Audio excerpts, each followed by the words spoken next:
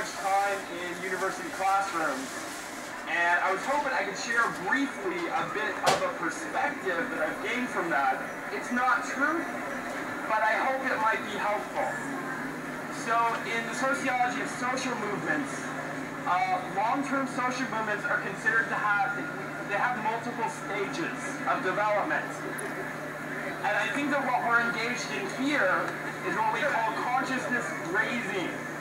That's a period where a large number of people know that something is very wrong, and they have a general idea of what it is, but they can't quite place it. And it's a critical moment because depending on our actions, we will either grow or shrink as a movement. I think that the issues that we're facing are enormous. I think it's probably larger than what some of our dare I say, more experienced activists from the 60s, much more complex.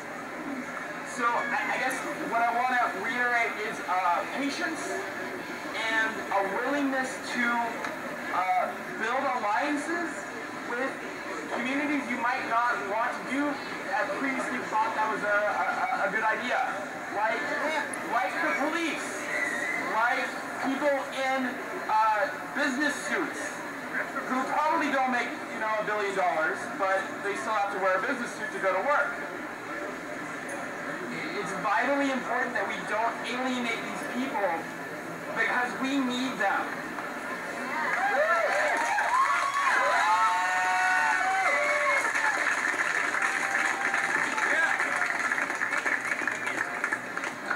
How are you all doing tonight? Glad to hear it. Now what I have to say is very simple.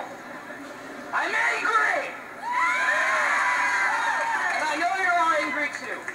I am not. Now the key to this demonstration is in peaceful occupation. Now, we have seen the police in New York use fear to try and disperse us. But if we allow them to provoke us into violent means, our cause will be turned against us. And we will only be satisfied in martyrdom.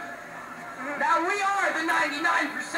We are so afraid of. So if we continue to occupy peacefully, our voices will remain stronger than the 1%.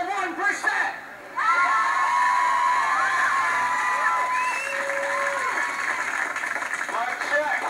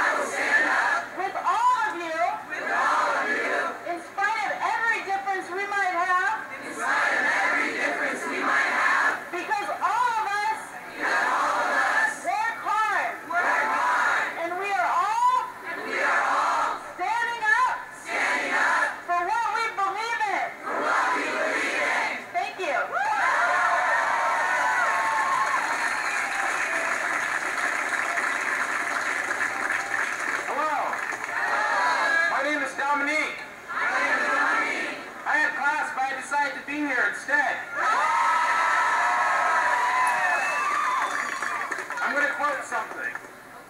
A great man once said, the needs of the many outweigh the needs of the few. Or the one. Thank you.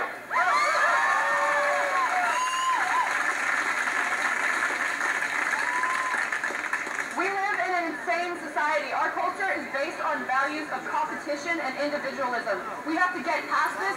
We have to value collaboration over competition. Fuck racism. Fuck sexism. Fuck homophobia. We need to get past it. It's ridiculous. It's 2011. We still have that. We need to fix that. And so basically, we need to realize that the greater good is the greatest individual good. Individualism is equal to communal values. These things go hand in hand. They don't compete with each other.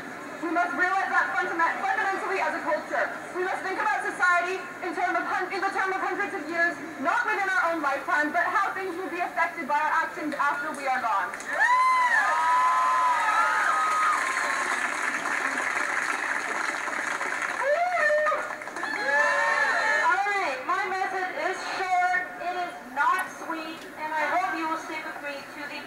Because it will get bitter.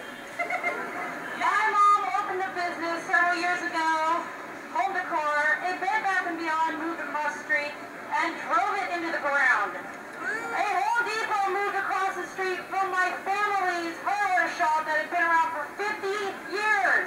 It is being driven into the ground. It is not completely their fault, though. It is ours as well. I believe it's because of the ignorance and laziness that this is happening. Although it is unintentional, it is a lot of the time intentional. So this is what I have to say. Fuck war!